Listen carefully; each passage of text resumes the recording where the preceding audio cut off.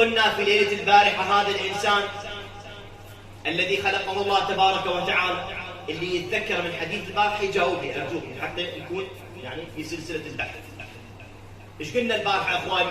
قلنا هذا الإنسان يتمتع ببعدين، صح لو لا؟ صح؟ البعد الأول قلنا هو البعد شنو؟ الأرضي الطيني، هذا جسم الإنسان، العروق، الدم، العظام، اللحم، هذا البعد ما لنا علاقة به. هذا البعد الأول يسمى البعد الطيني المادي الثقيل، يتمتع به كل إنسان. صارنا ليلتين بالبعد الروحي اللي هو الثاني، قلنا هذا يهوى المتصل بالملكوت الأعلى، يعني بالله تبارك وتعالى. الروح متصلة بالجانب أو البعد الروحي لو المادي. قلنا عادة يا اللي يتأثر بالأعمال السيئة البدن لو الروح، روح الإنسان تتأثر. واضح أخواني؟ وقلنا الإنسان ببعده الروحي يصيبه وتصيبه الأمراض، كما أن الإنسان في بعده المادي شنو؟ تصيبه يعني العين تتمرض لو ما تتمرض، الأنف يتمرض، المخ يتمرض، اليد تتمرض، الرجل تتمرض، المعدة تتمرض، القولون وهكذا. واضح اخواني؟ هذا البعد المادي يتمرض. البعد الجانب او جانب الروح شبيه ايضا يتمرض. وقلنا البارحة اخواني تتذكرون المرض الاول؟ قلنا المرض الاول هو تمسك الانسان بمن؟ بالشهوات، نستجير بالله. وقرأنا الآية بسم الله الرحمن الرحيم لهم قلوب لا يفقهون بها. وقلنا ليش؟ يرون الحق باطلا والباطل شنو؟ أهم شيء فلوس، أهم شيء مالاتي. ولهم أعين لا يبصرون بها، عند عين لكن يشوف الباطل لو يشوف الحق يشوف الباطل. ليش؟ لأن عينه فيها قلنا عينه مريضة تمرضة، وياي الأخوة إن شاء الله. ولهم أذان لا يسمعون بها أولئك كالأنعام، نستجير بالله. البارحة قلنا أن الإنسان يتحول من إنسان إلى بهيمة لو تحت البهيمة، لا تحت البهيمة، ألوان وبهيمة. إخواني المسألة خطرة، دققوا. يقول كالأنعام بل هم أضل سبيلا، يعني يصل بالإنسان مرحلة الحمار يندل بطريقه، هو يندل بطريقه لو ما يندل ما يندل. واضح اخوان؟ البارحة قلنا المرض الأول متمثل بهذه الآية بسم الله الرحمن الرحيم أضاعوا الصلاة واتبعوا الشهوات. وقلنا خطورة الإنسان إذا اتبع الشهوات يعني بإفراط وتفريط. شايفين الإنسان إخواني من يترس المعدة طعام شو يصير؟ ينغث لو ما ينغث. ليش؟ لأن تجاوز الحد البشري. بسم الله الرحمن الرحيم أضاعوا الصلاة واتبعوا الشهوات. إخواني قدام الحسين سلام عليكم. عليكم السلام. النبي شو يقول؟ النبي يقول صلى الله عليه وآله وسلم يقول إن الصلاة تنهى عن الفحشاء والمنكر. النبي جاي يشرح الآية، والآية ايش قالت؟ إن الصلاة تنهى عن النبي شو يقول؟ يعيد يقول إن الصلاة تنهى عن الفحشاء والمنكر فإن قبلت. هنا المصيبة يا شيعة علي بن أبي طالب. هنا المصيبة. ميزان قبول الأعمال شنو؟ الصلاة. يقول لا تعظ روحك وتلطم، لا تعظ روحك وتبكي، لا تعظ روحك وتجلخ بروحك، لا تعظ روحك وتمشي للحسين، لا تعظ روحك بكل شيء. يجب أن تقيم الصلاة أولا ثم شنو؟ ثم تنطلق. إن قبلت. سؤال، اكو واحد فينا يحلف بالعباس يقول انا صلاتي مقبوله؟ يقدر واحد؟ واذا بدكم يقدر يقول شلون واحد يعرف صلاته مقبوله ولا لا؟ القران اعطانا ميزان اخوان. ان الصلاه تنهى عن لا كلكم اقروا الايه، كلكم اقروا حلوه. ان الصلاه. سؤال، شلون اعرف انا صلاتي مقبوله؟ إذا ابتعدت عن الفحشاء والمنكر صلاتك فيها. هنا الميزان. نعم. يسألون الإمام الصادق يا ابن رسول الله كيف كيف أعلم أن صلاتي قبلت؟ قال إذا نهتك صلاتك عن المنكر وأخذت بيدك إلى المعروف فهي شنو؟ هذا الميزان. لحد يقول ما له معروف، إن قبلت قبل ما سواها، وإن ردت رد ما سواها. أنا عدت كلام البارحة ترى إخواني، هذا المرض الأول البارحة. المرض الأول شنو هو المرض الأول؟ المرض الأول اتباع الشهوات. وين يوديني؟ السبب مالته شنو؟ التهاون بمن؟ بالصلاة. رحمه الله. من تجاوبني أنا أفرح أرتاح، أعتقد أنت وياي. يقول هذا القرآن في سورة مريم الآية 59. إخواني شباب جدا كلام جدا مهم. أضاعوا الصلاة واتبعوا الشهوات. تبين اتباع الشهوات شنو سببه؟ مضيعة الصلاة. هذا رقم واحد اللي هو المرض الأول، المرض الروحي الأول. تعال إلى المرض الثاني من بعد الصلاة على محمد وآل محمد.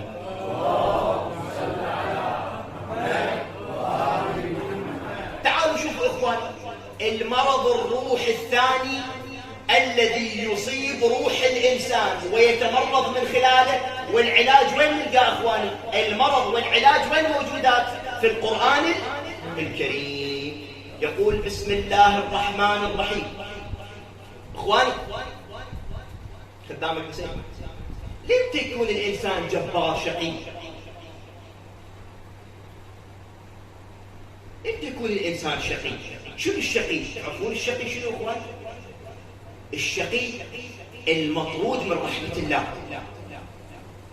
الجبار الذي يرى بنفسه أنه شنو؟ شيء. طبعا إخواني الجبار صفة لمن تعود؟ لله. لا حد يقول أنا جبار، لا هذا اسم. الذي قال جبار منه الشيطان. ما منعك أن تسجد؟ قال خلقتني من نار وخلقته من، فأصبح جبار في قبال الجبار، وهذا خطورة. زين السؤال شو سببه الإنسان يكون جبار وشقي؟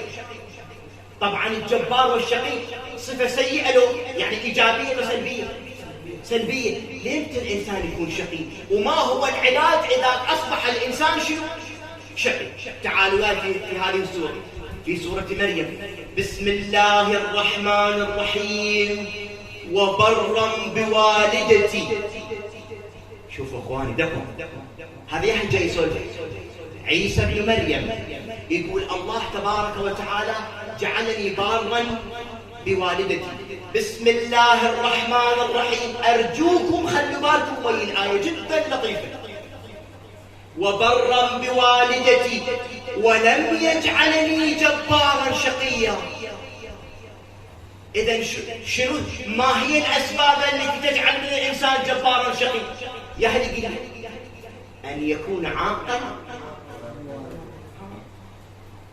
بديتوا تجون وياي. أدري الكلام صعب والله، أدري القرآن الكريم مفاصله صعبة، لكن كون البين. شوف يقول متى يصبح الإنسان شقيا وجبارا؟ نستجير بالله، لأن الجبار صفة من صفات الله. يقول وبرا بوالدتي ولم يجعلني جبارا شقيا. إذا الإنسان يكون شقي إذا كان عاقا لأمه. نستجير بالله، نستجير بالله. وعقوق الوالدين شنو اخواني؟ من الكبائر ومن الصغائر. من كبار شنو؟ المعاصي والذنوب. لا اكو شيء اعظم. ايش تعتقدون؟ اسالكم سؤال جاوبون. هذا السؤال لكم اخوان. تعتقدون التوحيد مرتبط بالام لو لا؟ ها؟ التوحيد كلمة أن لا إله إلا الله، تعتقدون أنتم حسب علمكم وعلمي أنا وياكم، إحنا ناس بسطاء مقاريد، تعتقدون هيك اعتقاد ببالك بأن التوحيد مرتبط بمن؟ بالأم لو مو مرتبط؟ ها؟ وإذا أقول لك التوحيد مرتبط بالأم، كلمة لا إله إلا الله مرتبطة بالأم، طبعا بالأب. ها؟ وبالأب. ليش قال؟ ولا تقل لهما لو له، ولا تقل لهما لو لها، ولا تقل لهما ثقيلهم، ولا تقل لهما أف ولا تنهرهما وقل لهما قولا. يجون للنبي صلى الله عليه وآله وسلم قالوا له يا رسول الله عندنا شاب من الشباب بآخر نزعات الروح شو يخدم؟ شوف ده السؤال شنو؟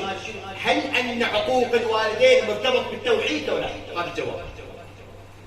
قالوا له يا رسول الله عندنا شاب من الشباب بآخر نزعات الروح يريد يموت، وبلكت تجي ببركاتك يا رسول الله. يقول اجى رسول الله صلى الله عليه وآله وجد الشاب ممدد، قال له فلان قل لا إله إلا الله، باعتبار لا كلمة لا إله إلا الله شبيه من ضمن كلمات تلقين ميت. صحيح انتم بعد تربية تنابر ومو كله عليه، انتم تساعدون. فلان قل لا إله إلا الله، ما قال فلان قل لا إله إلا الله. مرة مرتين ثلاثة أربعة، يا فلان قل لا إله إلا الله، أنت في نزعات الموت.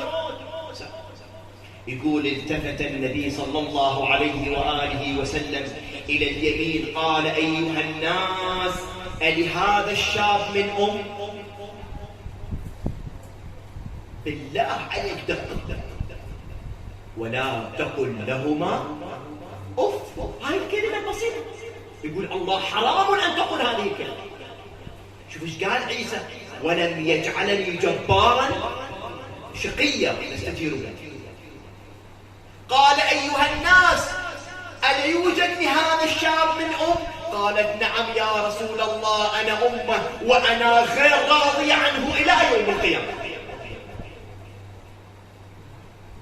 شلون والله بهالطلاقة؟ سؤال هسه جاوبت أنا السؤال لو ما جاوبت. النبي شو يقول له؟ قل لا إله، وأمه من قال لك لا أنا غير راضي عنه؟ تبين أكو ارتباط ما بين التوحيد والأم. قال لك يا رسول الله أنا غير راضي عنه إلى يوم القيامة. قالها بالله عليك ارضي عليه. قال لك يا رسول الله برضاك عليه أنا شنو؟ ها؟ راضيك. والله يقول الراوي النبي عافي أمه. إجا الشاب قال يا فلان قل لا إله إلا الله. يقول فتح عينيه بوجه رسول الله محمد صلى الله عليه وآله وسلم وقال لا إله إلا الله.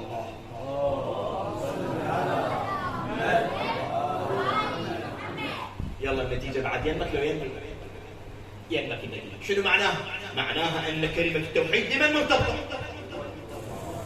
اجى النبي سأل الشاب الذي يريد أن يموت في نزعات الموت، قال له أيها الشاب ماذا رأيت؟ قال والله يا رسول الله رأيت شابين أسودين قبيحين نتنين يخرج النار والغضب من منخيريهما. قالا لي والله ما أن يذهب رسول الله نضربك. والآن قال والله يا رسول الله عندما قالت أمي أنا راضي عنه ذهبا هؤلاء الأسودين النتنين القبيحين وجاءني شابين طيبين طيبي المنظر والهيئة وسلما عليك يا رسول الله. قال نعم وأنا رددت السلام عليهما، فهما الملكان الصالحان الذين سوف يرافقانك في قبرك إلى يوم القيامة.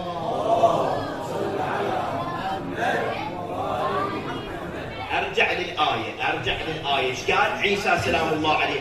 وبرا بوالدتي ولم يجعلني جبارا. لابد أن نأخذ حصيلة من هذه الآية، وهي أن الجبار الشقي هو من أطاع والديه لو من عصى والديه. من عصى والديه يعني واحد يشوف نفسه متكبر عنده مرض الكبرياء والغرور، لابد يرجع وين؟ يشوف علاقته بأمه وأبوه.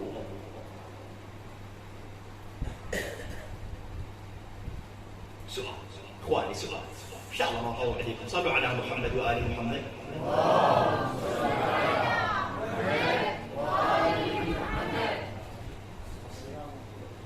الأب والأم إخواني وياي جزاكم الله خير. الأب والأم الله تبارك وتعالى وصانا بأن نطيعهما على كل حال. يعني دائما لو اكو مورد خاص. شنو هو المورد الخاص؟ تعالوا يعني وحتى نعرف اخوان في سورة لقمان الآية 15 سيدنا حبيبي يقول، خلوا بالكم من الآية اخوان، بسم الله الرحمن الرحيم: وإن جاهداك على أن تشرك بي. يا هم الوالدين إذا قالوا لك فلان حمودي بابا علاوي يا روحي نريدك أن تشرك بالله، لأن هم شبيهم مشركين. الآية دققوا: وإن جاهداك على أن تشرك بي. جاهداك شنو يعني؟ ضربوك، أحسن سيد خالد حبيبي، ضربوك أذوك جبروك على أن تكون من المشركين. خلوا بالكم يمي: وإن جاهداك على أن تشرك بي ما ليس لك به علم فلا تطعهما.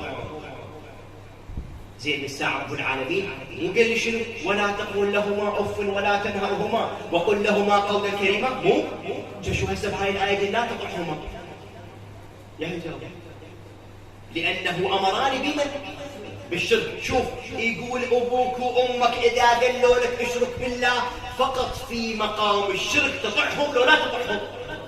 ليش؟ لأن في آية ثانية يقول إن الشرك لظلم عظيم. هذا قوة. شوفوا رحمة الله، يقول لك الأم إذا قالت لك شنو اقعد تقعد خلاص، لكن إذا قالت لك تشرك بالله فلا تطعهما وصاحبهما في الدنيا. الله عجيب، يعني يقول لي أمك إذا مشركة تقطع العلاقة بها لو صاحبها، أبوك إذا كان مشرك تقطع العلاقة به لو صاحبه. أي رحمة هذه، أي رحمة.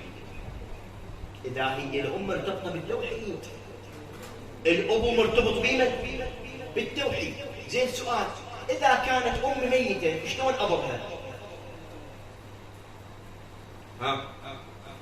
أنا الله تبارك وتعالى أمرني بطاعة الوالدين إذا كانوا والدي يشبيهم أحياء. زين إذا أموات شلون أبرهم؟ يجي واحد الإمام الصادق سلام الله، لا تدوخ إخواني لا تحير، كل آل محمد شنو؟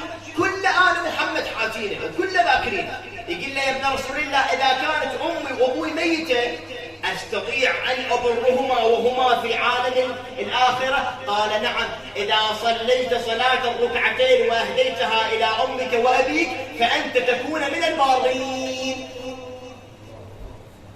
إذا صمت يوم من الأيام ثواب مستحب وقلت هذا الثواب هدية إلى أمي وأبي فأنت تكون من البارين. إذا يوم تصدقت وأعطيت فقير ربع دينار وقلت هذا بالنيابة عن أمي وأبوي يصل إلى عالم الآخرة وأنت من البارين. واضح إخواني؟ يقول بسم الله الرحمن الرحيم: وإن جاهداك على أن تشرك بي ما ليس لك به علم فلا تطعهما، لكن شنو؟ صاحبهما، أحسنتم، صاحبهما في الدنيا معروفا إلى آخر الآية.